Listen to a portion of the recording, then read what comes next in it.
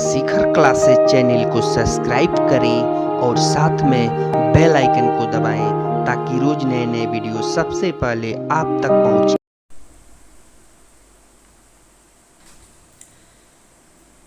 नमस्कार दोस्तों, the Shikhar classes channel के इस यूट्यूब प्लेटफॉर्म पर आप सभी का स्वागत है।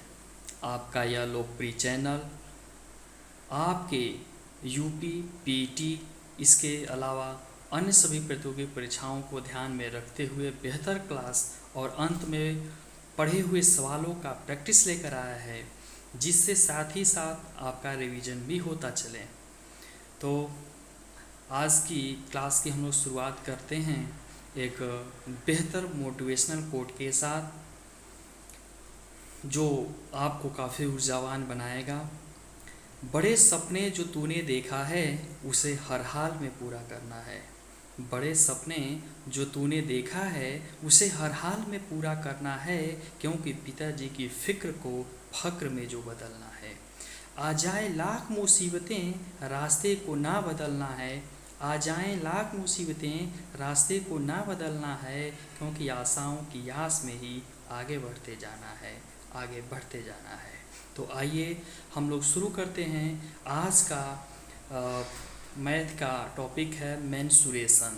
यह चूँकि इसलिए महत्वपूर्ण हो जाता है क्योंकि यह अध्याय जो प्रतियोगी परीक्षा के विद्यार्थी हैं उनके लिए भी, और जो अकादमिक एग्ज़ाम के भी विद्यार्थी हैं उनके लिए भी यह काफ़ी महत्वपूर्ण है। तो इसी बात को ध्यान में रखते हुए मैंने इस टॉपिक का चुनाव किया है। उम्मीद है कि आप सभी को पसंद आएगा, और पसंद आएगा तो निश्चित तौर पर अपने और मित्रों के साथ भी इसे शेयर कीजिए ताकि उन्हें भी फ़ायदा हो सके। तो आइए मेंसुरेशन।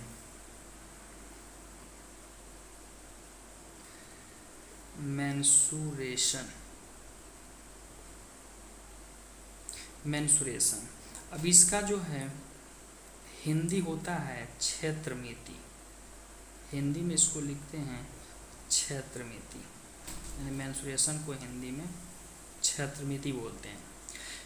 इसको हम लोग दो भागों में बांट कर पढ़ेंगे। मेंसुरेशन यानी क्षेत्रमिति को दो भागों में, यानी कि इसको इजीली हम लोग दो पार्ट में डिवाइड करेंगे। पहला जो पार्ट होगा ये हो जाएगा 2D का। 2D जैसा कि आप जानते हैं 2 डायमेंशन, यानी कि जिसमें दो बीमाएँ, द्विविमीय आकृति वाली। और दूसरा जो पार्ट होगा इसको हम लोग देखेंगे 3D के अंतर्गत। 3D का मतलब क्या, यानी 3D आकृतियाँ इसके अंतर्गत आएंगी क्षेत्रमिति में। तो अब हम लोग देखेंगे इसमें कि कौन कौन सी 2D के अंतर्गत चीज़ें आती हैं और 3D के अंतर्गत क्या क्या चीज़ें आती हैं। तो देखिए यहाँ पर 2D यानी कि जिसमें दो बीमाएँ का मतलब जिसका जो है क्षेत्रफल वगैरह निकाला जाता है, परिमाप निकाला जाता है, ठीक है। तो इसमें कौन कौन सी फिगर आता है, देखिए इसको जो है ध्यान से समझिएगा। देखिए यहाँ पर आता है आपको त्रिभुज, यानी 2D आकृति के अंतर्गत हम लोग त्रिभुज पढ़ेंगे। इसके अलावा वर्ग की आकृति आती है, वर्ग हम लोग पढ़ेंगे। इसके अलावा आयत की आकृति आती है, आयत को हम लोग पढ़ेंगे। उसके अलावा वृत्त आता है। उसके अलावा चतुर्भुज आती है, ठीक है। इन सारी चीज़ों का हम लोग, इन चार को हम लोग चारों पांचों इन चीज़ों को हम लोग 2D के अंतर्गत पढ़ेंगे। अब देखिए जो इंग्लिश मीडियम वाले विद्यार्थी हैं वो त्रिभुज, जैसा कि जानते हैं त्रिभुज को इंग्लिश में ट्रायंगल बोलते हैं, वर्ग को स्क्वायर बोलते हैं, आयत को रेक्टेंगल बोलते हैं, वृत्त को सर्किल बोलते हैं और चतुर्भुज को क्वाड्रिलेटरल बोलते हैं, ठीक है। चलिए इसके बाद से 3D के अंतर्गत है। 3D का मतलब जिसमें जो है त्रिविमीय आकृति हो, ठीक है, 3 डायमेंशन हो, यानी कि जिसमें आयतन निकाला जाता है, वॉल्यूम निकाला जाता है, इसका क्या निकाला जाता है, एरिया निकाला जाता है। तो इसमें कौन कौन सी फिगर आता है, तो इसके अंतर्गत हम लोग पढ़ेंगे घन के बारे में। इसके अलावा घनाभ की आकृति आती है। इसके अलावा गोला आता है, गोले का फिगर, ठीक है। गोला के अलावा हो जाएगा बेलन आएगा। बेलन के अलावा आपका शंकु आता है, ठीक है, शंकु आता है। उसके अलावा और चीज़ें हैं, इसमें प्रिज्म है, पिरामिड है, छिन्नक है, बहुत सारी चीज़ें आती हैं, लेकिन इन चीज़ों का जितना मैंने लिखा है इतना आपको मैं आपको डिटेल में पढ़ाऊँगा। तो इसके जो इंग्लिश मीडियम वाले जान लें, घन इसको क्यूब बोलते हैं, क्यूबॉइड बोलते हैं, इसको स्फेयर बोलते हैं, इसको बेलन को सिलेंडर बोलते हैं, शंकु इसको कोन बोलते हैं, ठीक है, और प्रिज्म को प्रिज्म ही बोला जाता है, ठीक है। तो ये आपको 5 प्रकार के फिगर इसमें, 6 प्रकार के फिगर इसमें और 5 प्रकार के, यानी टोटल जो है 11 फिगर हैं, और इनके बारे में हम लोग इनका अलग अलग क्षेत्रफल, इनकी आयतन, इनका जिसका और किसी का जो है परिमाप, इन सारी चीज़ों का हम लोग अध्ययन करेंगे। तो अब जो है हम लोग इसमें महत्वपूर्ण टॉपिकों को धीरे धीरे शुरुआत करते हैं। आइए पहला टॉपिक हम लेकर के चलते हैं, कौन सा, त्रिभुज का, यानी आज की जो क्लास होगी इस पर त्रिभुज पर बेस्ड हम लोग पढ़ेंगे। अब देखिए त्रिभुज, त्रिभुज यानी कि जैसा कि आप जानते हैं क्या बोलते हैं इसको, ट्रायंगल,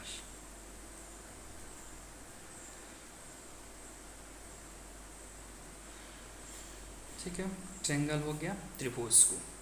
अब देखिए, तो त्रिभुज को जानने से पहले इसकी कुछ क्या क्या प्रॉपर्टी होती हैं इसके बारे में जानना काफ़ी आवश्यक होता है। तो चूंकि देखिए पहले जो एग्जामों में केवल आपको सीधे सीधे त्रिभुज के बारे में पूछ लिया, उसका क्षेत्रफल क्या है, परिमाप क्या है, लेकिन इसमें प्रतियोगी परीक्षाओं में ऑब्जेक्टिव प्रश्न आते हैं, और इसमें जो है अब जो है इसमें 4 विकल्प दे दिए जाते हैं उसकी प्रॉपर्टी के बारे में, और काफ़ी नियरेस्ट ऑप्शन आपको दे दिए जाते हैं कि कौन सा इसका बेहतर विकल्प होगा, और उसको जो है आंसर लगाएं। जैसे मान लीजिए अभी त्रिभुज के बारे में पूछा जाए तो बहुत लोग बता देंगे कि क्या, 3 भुजाओं से घिरी हुई आकृति, या 3 रेखाओं से घिरी हुई आकृति, इसी को ऑप्शन बना दिया है, 3 भुजाओं से घिरी हुई आकृति, 3 रेखाओं से घिरी हुई आकृति, 3 असंरेख भुजाओं से घिरी हुई आकृति, और इनमें से कोई नहीं। तो इसमें बेहतर विकल्प अब क्या होगा, एक ऐसे तैसे कोई भी रेखा खींच देंगे तो त्रिभुज का निर्माण तो नहीं हो जाएगा, तो इसलिए जो इसका बेहतर ऑप्शन होगा 3 असंरेख भुजाओं से घिरी हुई आकृति। तो इस प्रकार से इसकी प्रॉपर्टी जानना काफ़ी महत्वपूर्ण हो जाता है। तो आइए देखिए इसको प्रॉपर्टी को, पहली यानी इसका फर्स्ट पहली प्रॉपर्टी है क्या, कि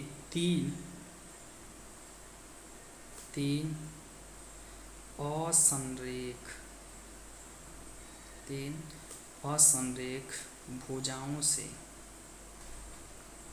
असंरेख भुजाओं से घिरी हुई आकृति त्रिभुज कहलाती है, त्रिभुज कहलाती है, ठीक। दूसरी क्या इसकी प्रॉपर्टी है इम्पोर्टेंट, दूसरा क्या है कि त्रिभुज के तीनों अंतःकोणों का योग 180 डिग्री होता है, यानी कि त्रिभुज के तीनों, देखिए अंतः शब्द है यहाँ पर, इस चीज़ को ध्यान देना है, अंतः का मतलब अंदर वाला, भी आपको समझा दे रहे हैं, तीनों अंतःकोणों का योग 180 डिग्री, ठीक है, 180 डिग्री होता है, 180 डिग्री होता है। अब देखिए तीनों भुजाएं, तो यहाँ से ऐसे आप त्रिभुज एक बनाएंगे, जैसे कि मान लीजिए यहाँ पर एक त्रिभुज हो गया, मान लिया कि ये जो है ए है, ये बी है, ये सी, 3 इसकी भुजाएं हैं, तो ये इसका एंगल ए हो जाएगा, ये बी हो जाएगा, ये सी एंगल हो जाएगा। तो इसके तीनों यानी अंत का मतलब ये अंदर वाले तीनों कोणों का योग कितना होना चाहिए, 180 डिग्री होना चाहिए, तो वो आपका त्रिभुज का निर्माण होगा। कैसा हो भी बनाएंगे आप त्रिभुज, उसमें तीनों का योग 180 डिग्री ही होना चाहिए। अब देखिएगा थर्ड क्या इसकी प्रॉपर्टी है कि त्रिभुज के, थर्ड इसकी प्रॉपर्टी है कि त्रिभुज के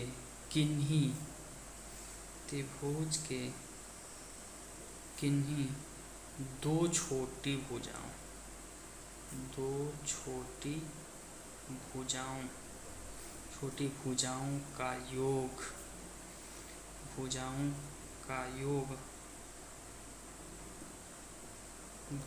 का योग सदैव योग सदैव तीसरी भुजा से बड़ा होना चाहिए। यानी कि तीसरी प्रॉपर्टी ये भी है, यानी कि अगर छोटी हो जाएंगी तो त्रिभुज संभव नहीं हो पाएगा, क्योंकि ये भुजा और इससे क्या भुजा से छोटी हो, चाहे इसको छोटा छोटा ले लें, ये बड़ा ले लें, इन दोनों का योग इससे क्या कम हो, तो ये दोनों टच नहीं करेगा यहाँ आकर के, तो इससे त्रिभुज का निर्माण नहीं होगा। तो इसलिए जो है कहा जाता है कि त्रिभुज के केंद्र दो छोटी भुजाओं का योग तीसरी भुजा से बड़ा होना चाहिए। ठीक है, अब आइए कुछ इसके महत्वपूर्ण पहलुओं को, अब आइए हम लोग देखते हैं इसका त्रिभुज का परिमाप। चौथा इसकी प्रॉपर्टी के अंतर्गत परिमाप की बात कर लेते हैं। परिमाप को 2s से प्रदर्शित करेंगे, 2s से। अच्छा, ये भुजा A, ये भुजा B, ये भुजा C हो। अच्छा, ये भुजा A हो जाए और ये भुजा की लंबाई जो है B हो जाए और इस भुजा की लंबाई C हो जाए। ठीक है, तो इसका मतलब कि ये A भुजा B हो गई, C हो गई। तो परिमाप का मतलब होता है कि सभी का परि का मतलब चारों तरफ, यानी सभी का क्या कर लेंगे, योग कर लेंगे। तो इसका मतलब क्या हो जाएगा कि कुल यानी परिमाप हो जाएगा यानी A plus B plus C, यानी कि सभी भुजाओं का योग क्या होता है, परिमाप होता है। इसको ब्रैकेट में लिख लीजिएगा कि सभी भुजाओं का योग यही क्या हो जाएगा, परिमाप हो जाएगा। अच्छा, इसको जो है अर्ध परिमाप अगर निकालना, अर्ध का मतलब क्या हो गया, आधा, तो आधा हो गया, इसका मतलब 2 उधर जाएगा तो डिवाइड हो जाएगा ना, इक्वल के उस साइड जाएगा तो वही चीज़ इसका आधा कर देते हैं, यानी 2 से भाग कर देते हैं। किसका आधा, तो सभी भुजाओं को योग करके, यानी A plus B plus C सभी भुजाओं को जोड़ करके उसका आधा कर देंगे, तो ये निकलता है हमें अर्ध परिमाप, इसको बोलते हैं त्रिभुज का अर्ध परिमाप। ठीक है, तो इसकी यस की क्यों ज़रूरत पड़ती है, क्योंकि अभी एक हीरो सूत्र आप लोग देखेंगे, उसके तहत जो है किसी भी त्रिभुज का क्षेत्रफल निकाला जाता है। ठीक है, तो उसको बोलते हैं हीरो सूत्र।